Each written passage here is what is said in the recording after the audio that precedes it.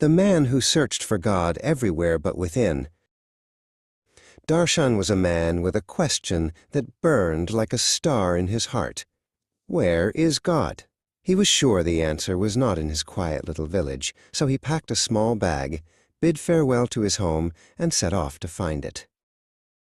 He first sought God in the highest places. He climbed the most treacherous mountains, their peaks scraping the belly of the sky. He asked the wind that whipped his face and the ancient stones beneath his feet, "Have you seen God here?" But the only answer was the echo of his own voice. Next, he sought God in the deepest places.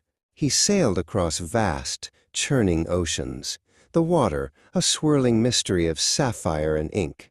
He stared into the endless blue and whispered to the waves, "Does God dwell in your depths?"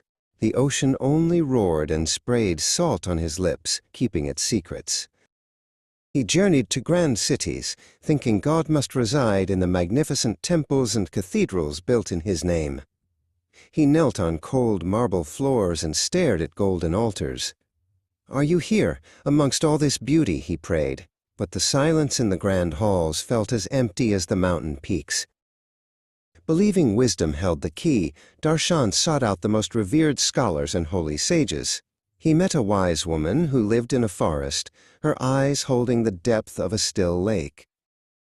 "Where can I find God?" he asked her, his voice weary. The wise woman smiled gently. "You have traveled far to ask me a question whose answer you carried with you when you left." Darshan did not understand. He thanked her and continued his journey, convinced the answer must lie further on. Years turned into decades. Darshan's hair grew white as the mountain snow, and his back bent like a weathered tree. He had seen the wonders of the world, but his heart's question remained unanswered. Defeated, he turned his tired feet toward the home he had left so long ago. He arrived at his village to find his small house just as he had left it, covered in vines and softened by time.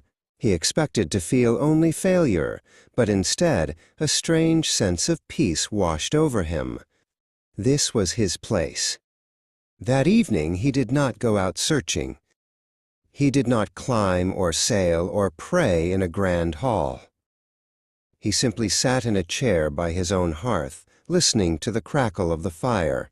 He closed his eyes and, for the first time, looked not outward but inward.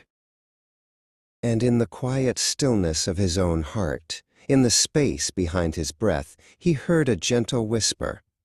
It was not a voice of thunder from a mountaintop or a roar from the ocean deep. It was a familiar, loving warmth that had been with him all along. He had finally found what he was looking for,